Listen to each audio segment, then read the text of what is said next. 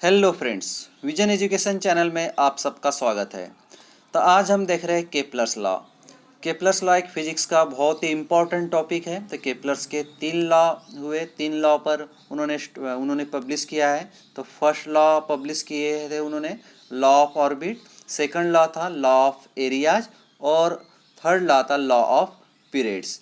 तो Kepler's law देखो क्या पब्लिश किया उन्हें, केपलर्स लॉ, और कौन से ईयर में पब्लिश किए। तो Kepler's law of planetary motion describe the orbit of the planet around the sun. Kepler's law ने डिस्क्राइब किया था, क्या डिस्क्राइब किया था? Kepler's law of planetary motion describe the orbit of the planet around the sun. He publish first two laws in 1609. He published first two laws in 1609 and third law in 1619. तो दो law publish किए थे उन्होंने 1609 में, और तीसरा law publish किया है 1619 में। तो these law are the result of the analysis of the data collected by Tycho Brahe. क्या है? These law are the result of the analysis of the data collected by the Tycho Brahe through years of observation of the planetary motion. तो Kepler's law ने describe किया था planetary motion पर। तो Kepler's law of planetary motion describe the orbit of the planet around the सन। तो ही publish first two laws in 1609। 1609 में दो law publish किए और 1619 में थर्ड लॉ पब्लिश हुआ है। तो केपलर्स लॉ का फर्स्ट लॉ है लॉ ऑफ ऑर्बिट। तो लॉ ऑफ ऑर्बिट क्या है? आप फिगर देख रहे हो, इलिप्स देख रहे हो यहाँ पे। ये फिगर में आप देख रहे हो इलिप्स। तो ये है, ये फिगर है, इलिप्स में दिखा रहा है। तो देखो केपलर्स लॉ क्या है? All planet move in elliptical path. All planet move in elliptical orbits around the sun. Law of orbit क्या है? All planets move in elliptical orbit around the sun with the sun at one of the foci of the ellipse. क्या है law of orbit? All planets move in elliptical orbits. All planet move in elliptical orbits around the sun with the sun at one of the foci of the ellipse. आप figure देख रहे हो, ellipse के इसमें है। तो figure an ellipse trace by a planet with the sun at the focus. The orbit of a planet around the sun is shown in figure. The orbit of a planet around the sun is shown in figure. तो यहाँ पे दो point देख रहे हो आप, yes और yes dash. Yes और यस डैश पॉइंट देख रहे हो। तो इधर है, ये यहाँ पे देख रहे हो, ये यस डैश है और ये साइड में है यस। तो यस और यस डैश पॉइंट देखा आपने। तो यहाँ पे जो here S and S dash are the foci of the ellipse. ये क्या है? Foci of the ellipse, the sun being at S. अब यहाँ पे P is the closest point. आप P पॉइंट देख रहे हो। P क्या है? ये क्लोजेस्ट पॉइंट है सन के। और A is the farthest point. इधर देख रहे हो, ये दो पॉइंट देख रहे हो, एक तरफ P पॉइंट देख रहे हो और एक तरफ A पॉइंट देख रहे हो। तो P is the closest point along the orbit from S is called perihelion. क्या है? देखो क्या बोल रहा है वो, here S and S dash are the foci of the ellipse, the sun being at S. तो P is the closest point along the orbit. P is the closest point along the orbit from S and each called perihelion. A is the furthest point from S and each called aphelion. तो PA is the major axis equals to 2A. PA क्या है? Major axis है, उसको हम 2A बोलेंगे। जो ये PA है वो क्या है? 2A। और PO and AO, PO and AO is the semi major axis equals to A. PO and AO are the semi major axis equals to A. MN is the minor axis. MN देख रहे हो आप, y axis case में MN is the minor axis equals to 2B. तो MO and ON are semi minor axis equals to B. तो ये था law of orbit. क्या है law of orbit? All planets move in elliptical orbits around the sun with the sun at one of the foci of the ellipse. This is law of orbit. और Kepler's का second law था law of area. The law of areas क्या है? The line that joins a planet and the sun sweeps equal areas in equal interval of time. क्या है law of areas?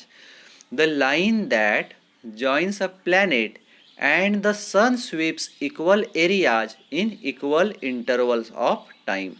Law of area क्या था? The line that joins a planet and the sun sweeps equal areas in equal interval of time. The Kepler observed that planet do not move around the sun with uniform speed. They move faster when they are near to the sun. क्या आप कह रहे हैं? They move faster when they are nearer to sun. जब वो सन के पास है तो क्या फास्टर रहेगा. While they move slower when they are further from the sun. तो this is explained by this law. तो यहाँ पे दो पॉइंट की तरफ ध्यान देना है. They move faster when they are near to the sun, this is first. And while they move slower when they are farther from the sun. The line that joins a planet and the sun sweeps equal areas in equal interval of time. This is law of area. ये था Kepler's का second law. फिर third law है law of periods. तो law of periods देखो. The square of the time period of revolution of a planet. क्या है? The square of the time period of revolution of a planet around the sun is proportional to the cube of the semi major axis of the ellipse traced by the planet. Law of periods क्या है? The square of the time period. Time period को हम T से denote करते हैं, but क्या बोला है? Square of the time period, तो उसको क्या कहेंगे? T square.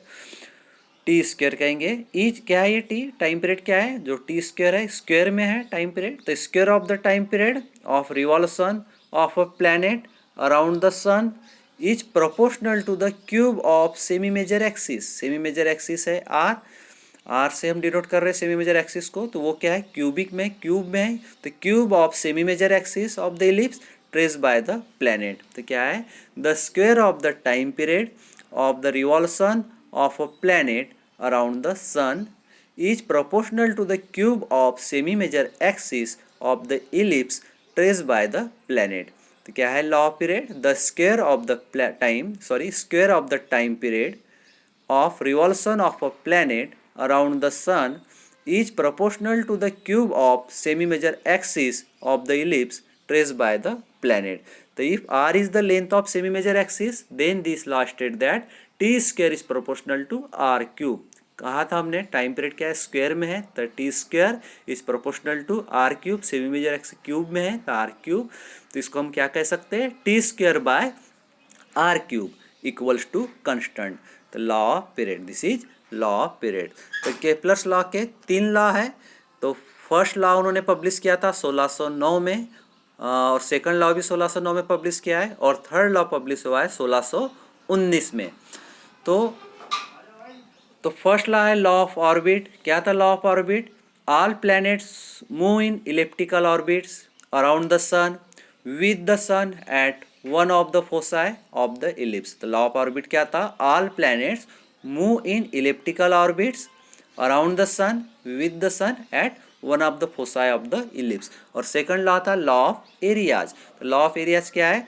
The line that joins a planet and the sun sweeps equal areas in equal interval of time. This is law of areas. फिर थर्ड लॉ है law of periods. The square of the time periods of revolution of a planet around the sun is proportional to the cube of semi-major axis of the ellipse traced by the planet. इन statement क्या कह रहा है? T square is proportional to R cube, क्योंकि time period square है में, और semi major axis जो आर से डिनोट किए है वो क्यूब में है. तो T square is proportional to R cube. तो क्या है law of period? The square of the time period of revolution of a planet around the sun is proportional to the cube of semi major axis of the ellipse traced by the planet. तो Kepler's law ने 3 law publish किए। First 2 law 1609 में publish किए थे और third law 1619 में। तो पहले 2 लॉ थे क्या है, लॉ ऑफ ऑर्बिट, और सेकंड लॉ था law of area. Law of orbit और लॉ ऑफ एरिया, और थर्ड लॉ है law of period. This is Kepler's law. तो please friends, like, share and subscribe. Thanks for watching.